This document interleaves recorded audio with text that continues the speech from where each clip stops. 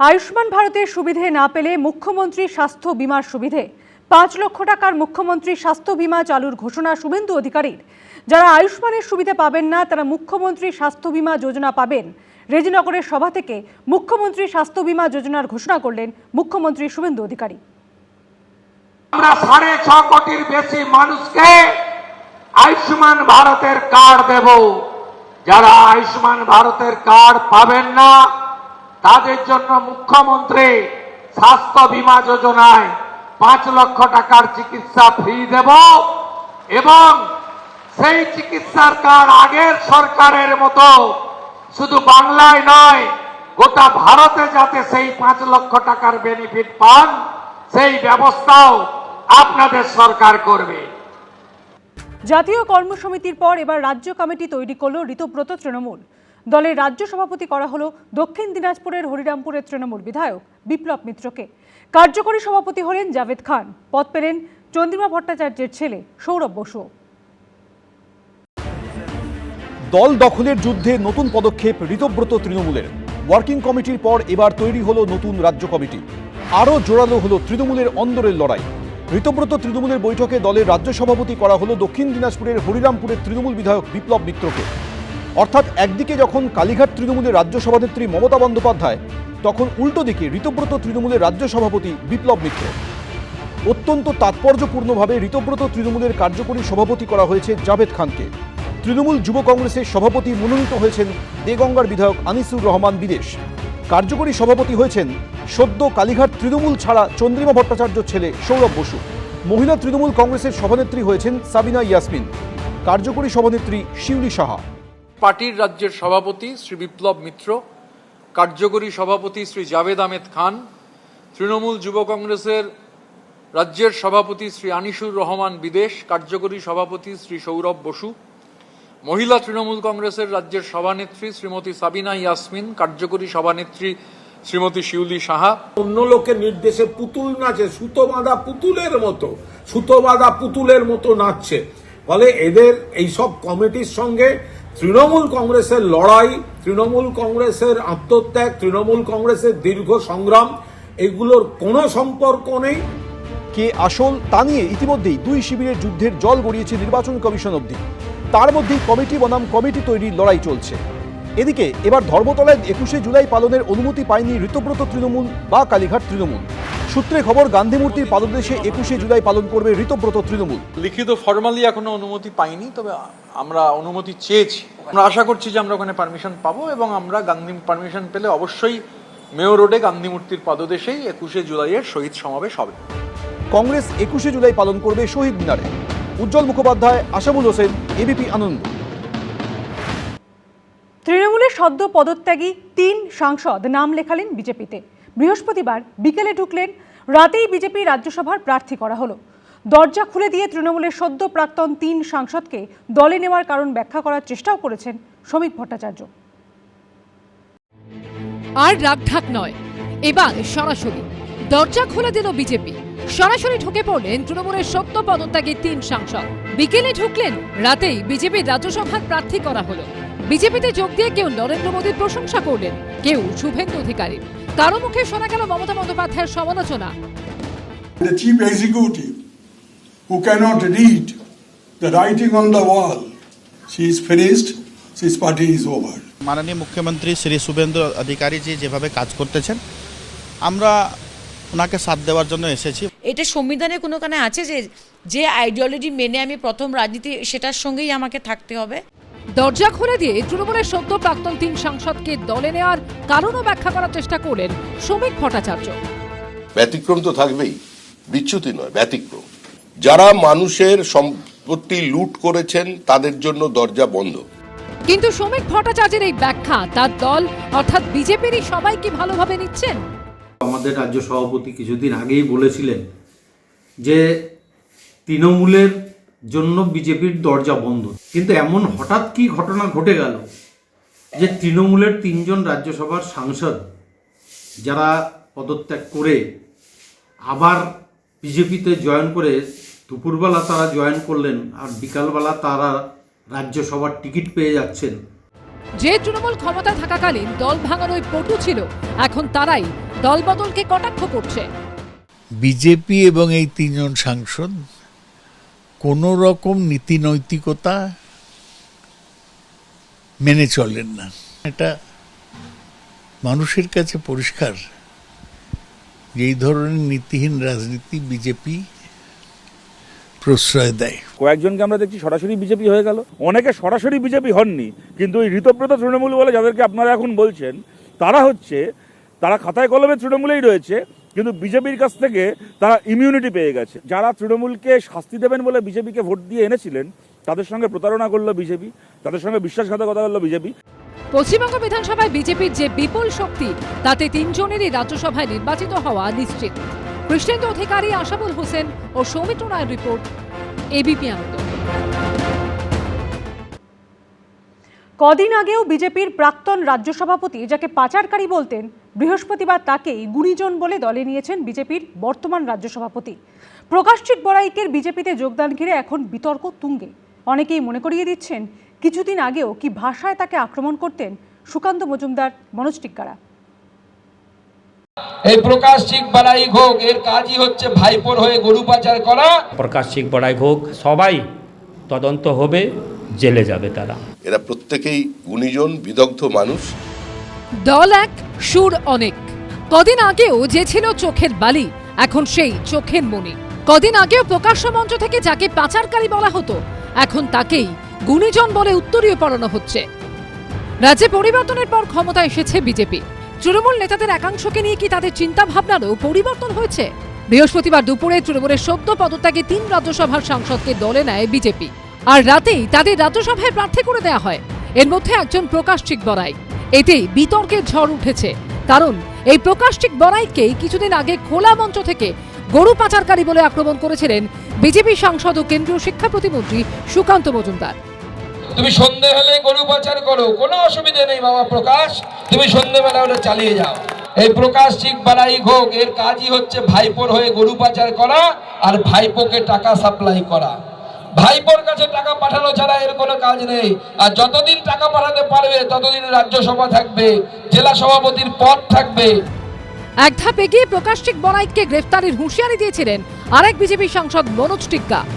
সব জায়গাতে অ্যারেস্ট হচ্ছে, তো আলিপুরদুয়ারে যারা আছেন, আমি নাম ধরে বলে দিতে পারি, সেটা প্রকাশচিক বড়াই হোক, চেয়ারম্যান হোক, যেই হোক, যারা দুর্নীতিবাজ আছেন তাদের সময় আসলে কিংবা মোনা হোক, সময় আসলে সবাই তদন্ত হবে, জেলে যাবে তারা। বিজেপির প্রাক্তন রাজ্য সভাপতি, যাকে গরু পাচারকারী বলেছিলেন, বৃহস্পতিবার বর্তমান রাজ্য সভাপতি তার গলায় উত্তরীয় পরিয়ে দিলেন। এরা প্রত্যেকেই গুণীজন, বিদগ্ধ মানুষ। এদের নামের আগে পদত্যাগী, দলত্যাগী বা তৃণমূলী এই শব্দগুলো ব্যবহার করবেন না। এই মুহূর্তে সুখেন্দু শেখর রায়, সুস্মিতা দেব, প্রকাশচিক বড়াইকের একমাত্র পরিচয় তারা বিজেপি কর্মী। রাজ্যে পরিবর্তনের পর বিজেপির এই পরিবর্তনই এখন যাবতীয় আলোচনার কেন্দ্রে। এবিপি আনন্দ। তৃণমূলের 3 পদত্যাগী সাংসদকে রাজ্যসভার প্রার্থী করেছে বিজেপি। এর আগে আরও একাধিক রাজ্যে বিজেপি ঠিক এই কৌশলই নিয়েছে। এভাবেই তারা 2/3 টার্গেট ছুঁতে চাইছেন বলে মনে করছেন পর্যবেক্ষকরা। ঘর একই থাকবে, সেই রাজ্যসভা। ঘরের 3টে মুখও একই থাকবে, শুধু বদলে যাবে বেঞ্চটা। কিছুদিন আগে অবধি যারা ছিলেন তৃণমূলের, এবার তাঁরাই হবেন বিজেপির। বৃহস্পতিবার বিকেলে সুখেন্দু শেখর রায়, সুস্মিতা দেব ও প্রকাশচিক বড়াইক বিজেপিতে যোগ দেন। রাতেই রাজ্যসভার প্রার্থী হিসেবে তাঁদের 3 জনের নাম ঘোষণা করে বিজেপি। বিধায়ক সংখ্যার বিচারে রাজ্যসভার এই 3টি আসনে বিজেপি প্রার্থীদের জয় নিশ্চিত। আমি যেটা আগেও বলেছি, এখনো বলছি, যাহাই বিজেপি তাহাই তৃণমূল, যাহা তৃণমূল তাহাই বিজেপি। যারা বিজেপির এইসব লোকেদের বিরুদ্ধে আওয়াজ তুলে এতদিন কষ্ট করে বিজেপি করেছেন, মার খেয়েছেন, সেই মানুষগুলোকে জিজ্ঞেস করুন যে তাদের কেমন লাগছে। এই 3 জনের পদত্যাগের ফলে রাজ্যসভায় তৃণমূলের সাংসদ সংখ্যা ইতিমধ্যেই কমে হয়েছে 10। এবার তাঁরা পদ্ম প্রতীকে জিতলে পশ্চিমবঙ্গ থেকে রাজ্যসভায় বিজেপির সংখ্যা বেড়ে হবে 6। অর্থাৎ রাজ্যসভায় 2/3 সংখ্যাগরিষ্ঠতার অর্জনের আরও কাছাকাছি পৌঁছে যাবে বিজেপি। শুধু পশ্চিমবঙ্গ নয়, এর আগে আরও একাধিক রাজ্যে বিজেপি ঠিক এই কৌশলই নিয়েছে। 2019 সালে সমাজবাদী পার্টির 3 সাংসদ রাজ্যসভা থেকে পদত্যাগ করে বিজেপিতে যোগ দেন। তিনজনের মধ্যে দুজন সেবারই রাজ্যসভায় জেতেন, আরেকজনকে 2024 সালে রাজ্যসভায় পাঠায় বিজেপি। 2019-এ রাজ্যসভায় কংগ্রেসের চিফ হুইপ ভুবনেশ্বর কলিতা ইস্তফা দিয়ে বিজেপিতে যোগ দেন। এরপর অসম থেকে জিতিয়ে তাঁকে রাজ্যসভায় পাঠায় বিজেপি। সম্প্রতি নবীন পট্টনায়কের বিজেডির রাজ্যসভার সাংসদ দেবাশিস সামন্তরায় পদত্যাগ করেন। এরপর তিনি বিজেপিতে যোগ দেন ও পদ্ম প্রতীকে অসম থেকে রাজ্যসভায় যান। এবছরের 24শে এপ্রিল বিজেপিতে যোগ দেন রাঘব চাড্ডা সহ আম আদমি পার্টির 7 জন রাজ্যসভার সাংসদ। রাজ্যসভায় আম আদমি পার্টির সাংসদ সংখ্যা ছিল 10, তার মধ্যে 7 জন দল ছাড়ায় দলত্যাগ বিরোধী আইন কার্যকর হয়নি। অর্থাৎ বিজেপির কৌশল স্পষ্ট, রাজ্যসভায় বিরোধী শিবিরের সাংসদকে দলে টানো, তারপর নিজেদের প্রতীকে তাঁকেই রাজ্যসভায় পাঠানো। ক্ষমতা মমতা বন্দ্যোপাধ্যায় যতদিন মুখ্যমন্ত্রী ততদিন সব ঠিকঠাক। বিধানসভা ভোটে তৃণমূল ক্ষমতাচ্যুত হওয়ার পর এদের সব বিবেক জাগরণ, ফলে এটা যে একটা মানে ঘড়ি ধরা, ক্যালেন্ডার দেখা, ক্ষমতার সঙ্গে নানা ফ্যাক্টরে যুক্ত কিছু বিষয়, সেটা মানুষ দেখছেন। যারা গতকাল যোগ দিয়ে ফেলেছেন তারপর আর প্রাক্তন তৃণমূল সাংসদ তারা নন, তারা আমাদের দলের কর্মী। আজকে যোগ দেওয়ার পর থেকে আজ তারা হচ্ছেন বিজেপির রাজনৈতিক কর্মী। সুতরাং এরপরে কি হবে তা এই নিয়ে আমরা এখন থেকে কিছু বলতে পারছি না। এর আগে 2/3 আসন না থাকায় মহিলা সংরক্ষণ বিল পাশ করাতে ব্যর্থ হয়েছিল মোদী সরকার। আগামী দিনে এই বিলের পাশাপাশি এক দেশ এক ভোটের মতো বিল পাশ করানো মোদী সরকারের টার্গেট, আর সেজন্য চাই 2/3 সংখ্যাগরিষ্ঠতা। রাজ্যসভায় 2/3 সংখ্যাগরিষ্ঠতার জন্য প্রয়োজনীয় সংখ্যা 163। বর্তমানে রাজ্যসভায় বিজেপি নেতৃত্বাধীন এনডিএর সাংসদ সংখ্যা 145। এই প্রেক্ষাপটে বিরোধী শিবিরে ভাঙন ধরিয়েই কি সেখানে পৌঁছতে চাইছে বিজেপি? এই তিনজনেরই মাত্র আর কয়েক বছর করে, মানে ফুল টার্মের জন্য নয়। এখন তৃণমূল থেকে যারা এর পরে আসবে তাদেরকে কি ফুল টার্মের জন্য দেবে বিজেপি? মানে সেটাও কিন্তু একটা গুরুত্বপূর্ণ বিচার করার জায়গা, যে ফুল টার্মের জন্য হলে এনাদের দিত কিনা। দ্বিতীয় হচ্ছে যে রাজ্য বিজেপির তরফ থেকে কিন্তু তৃণমূলীকরণ করা হবে না, এটা বলা হয়েছিল। ফলে কেন্দ্রীয় বিজেপি নেতৃত্বের চাপের সামনে রাজ্য বিজেপি কি এদের নিতে বাধ্য হলো? এভাবেই কি কাঙ্ক্ষিত লক্ষ্যে পৌঁছে যাবে নরেন্দ্র মোদী, অমিত শাহরা? আশাবুল হোসেন ছিলাম করঞ্চাই ও সৌমিত্র রায়ের রিপোর্ট, এবিপি আনন্দ। রাজনীতি সরল রেখায় চলে না, এর পিছনে একটা কেন্দ্রীয় বাধ্যবাধকতা আছে। রাজ্যের তরফে দরকার ছিল বলে মনে হয় না। 3 প্রাক্তন তৃণমূল সাংসদের বিজেপিতে যোগদান নিয়ে মন্তব্য বর্ষিয়ান বিজেপি নেতা তথাগত রায়। রাজনীতি সরল রেখায় চলে না, এটা সম্ভবত তারই একটা দৃষ্টান্ত। সরল রেখায় চলছে না, অত্যন্ত বক্র রেখায় চলছে। এর ভেতরে একটা তো রাজ্যসভা বা লোকসভায় যাওয়া তো কেন্দ্রীয় বিষয়, এর পেছনে একটা কেন্দ্রীয় বাধ্যবাধকতা আছে। সাধারণত আমি দলবদলকে সমর্থন করি না, কেন্দ্রীয় বাধ্যবাধকতাই দরকার, তাছাড়া আর কিছু না। রাজ্যের তরফ থেকে কোনো দরকার ছিল বলে আমি মনে করি না। আপনি বলছেন রাজ্য নেতৃত্ব মানতে বাধ্য হয়েছে? হ্যাঁ, তাই তো। সর্বভারতীয় পার্টি কেন্দ্রের নির্দেশ মেনেই চলতে হবে। এবার কি এনসিপিআই সরাসরি বিজেপিতে মিশে যেতে পারে? অর্থাৎ তৃণমূলের বিদ্রোহী সাংসদরা সরাসরি বিজেপির সাংসদ হয়ে যেতে পারে? রাজ্য রাজনীতির বর্তমান প্রেক্ষাপটে তৈরি হয়েছে এই জল্পনা। আর এই নিয়ে বিজেপি কি বলছে, কালীঘাট তৃণমূলেরই বা প্রতিক্রিয়া কি, দেখুন। বিজেপির মধ্যে কি ভালো যোগ্য ব্যক্তি কোনো কেউ ছিল না? বিজেপির মধ্যে শিক্ষিত মানুষ কেউ ছিল না? বিজেপির মধ্যে আদর্শবান নেতৃত্ব কেউ ছিল না যাদেরকে রাজ্যসভার সাংসদ করা যেতে পারত? ঘুরপথে রাগঢাক রেখে কাছে টানার সমাপ্তি, এবার সবটাই সামনাসামনি। তৃণমূলের সদ্য প্রাক্তন 3 রাজ্যসভার সাংসদকে দলে নিয়ে তাদের ইস্তফার ফলে খালি হওয়া আসনে তাদেরই রাজ্যসভায় পাঠাচ্ছে বিজেপি। এবার কি লোকসভাতেও বিজেপি যা করবে তা সরাসরি? পশ্চিমবঙ্গে ভরাডুবির পর প্রথমে তৃণমূলের বিধায়কদের মধ্যে বিদ্রোহ তৈরি হয়েছে ঋতব্রত তৃণমূল। এরপর মমতা বন্দ্যোপাধ্যায়ের বিরুদ্ধে বিদ্রোহ ঘোষণা করে তৃণমূলের লোকসভার বিদ্রোহী সাংসদরা এনসিপিআই বলে একটি দলে মিশে যান, যারা সরাসরি বিজেপি নেতৃত্বাধীন এনডিএকে সমর্থনের ঘোষণা করেন। এবার কি এনসিপিআই সরাসরি বিজেপিতে মিশে যেতে পারে? অর্থাৎ তৃণমূলের বিদ্রোহী সাংসদরা সরাসরি বিজেপি সাংসদ হয়ে যেতে পারেন? 21শে জুলাইয়ের পরে কি এমনটা হতে পারে? কিন্তু বিশাল ব্যাপার, এরকম জল্পনা তৈরি হয়েছে, থাকুক একটু জল্পনা, আমাদের কিছু বলার নেই। আমি এই নিয়ে এই মুহূর্তে কিছু জানি না, আমার কাছে এই জিনিসের কোনো সত্যতা এই মুহূর্তে নেই। বিধানসভা ভোটে তৃণমূল ক্ষমতাচ্যুত হওয়ার পর এদের সব বিবেক জাগরণ। কিন্তু প্রশ্ন হচ্ছে, রাজ্যসভায় বিদ্রোহীদের ইস্তফা মডেল, লোকসভায় নয় কেন? তাহলে লোকসভার তো ইস্তফা দেওয়া উচিত। তাহলে লোকসভার 20 জন অবিলম্বে ইস্তফা দিন। তারা আছেন কোথায়? এনসিপিআই না তৃণমূল, কোথায় আছেন? গত 24 এপ্রিল আম আদমি পার্টির 10 জন রাজ্যসভার সাংসদের মধ্যে 7 জন সাংসদ হঠাৎই বিজেপিতে যোগ দেন। সংখ্যায় 2/3 হওয়ায় আইনগতভাবে বিজেপিতে যোগ দিতেও কোনো অসুবিধা হয়নি। তৃণমূলের 28 জন লোকসভার সাংসদের মধ্যে 20 জনই এখন এনসিপিআইতে বিজেপির শরিক। এবার কি আর শরিক নয়, সরাসরি বিজেপিতে মিশে যেতে পারে এনসিপিআই? বিজেপি সবচেয়ে বেশি লাভবান হলো এই তৃণমূলেরই ভাগাভাগিতে, কারণ তাদের সামনে এখন অনেক বিল পাস করানোর ইচ্ছা, বিলগুলো তারা নিয়ে আসতে চলেছে। সেখানে সংখ্যা একটা বড় ব্যাপার। যে সংখ্যার কারণে তারা হেরে গেছিল, আগামী দিনগুলোতে সেটা যাতে না হয় সেইটা তারা দেখবে। রাজ্যসভার সাংসদদেরকে নিয়ে আসার ক্ষেত্রেও তাদের যেমন একটা ইচ্ছা দেখা যাচ্ছে, ঠিক তেমনি লোকসভার ক্ষেত্রেও এই তৃণমূলের ভাঙনটা তাদেরকে কাজ দেবে। এবং এনসিপিআই এনডিএতে যোগ করুক বা এনসিপিআই বিজেপিতে মার্জ করুক, আলটিমেটলি বিজেপির সংখ্যা বাড়বে। বিধানসভা ভোটের ফল বেরোনোর পর থেকে একের পর এক রাজনৈতিক চমকের সাক্ষী হচ্ছেন পশ্চিমবঙ্গবাসী। তাহলে কি আরো এক নতুন চমকের অপেক্ষা? আশাবুল হোসেন, শুভেন্দু ভট্টাচার্য ও সৌমিত্র রায়ের রিপোর্ট, এবিপি আনন্দ। হেভিওয়েট 3 তৃণমূল ত্যাগের জন্য দরজা তো খুলল বিজেপি, বাকিদের ক্ষেত্রে কি হবে? সামনেই পুরো ভোট। এবার কি তৃণমূলের বিদায়ী চেয়ারম্যান কাউন্সিলরদের জন্য দরজা খুলবে পদ্মশিবির? আর তা নিয়েই এখন চলছে জল্পনা, গুঞ্জন, চর্চা। কিন্তু মনে রাখবেন, গাছের যত উঁচুতে গিয়েই বসুক না কেন, কাককে কোনোদিন পায়রার মতো দেখতে লাগবে না।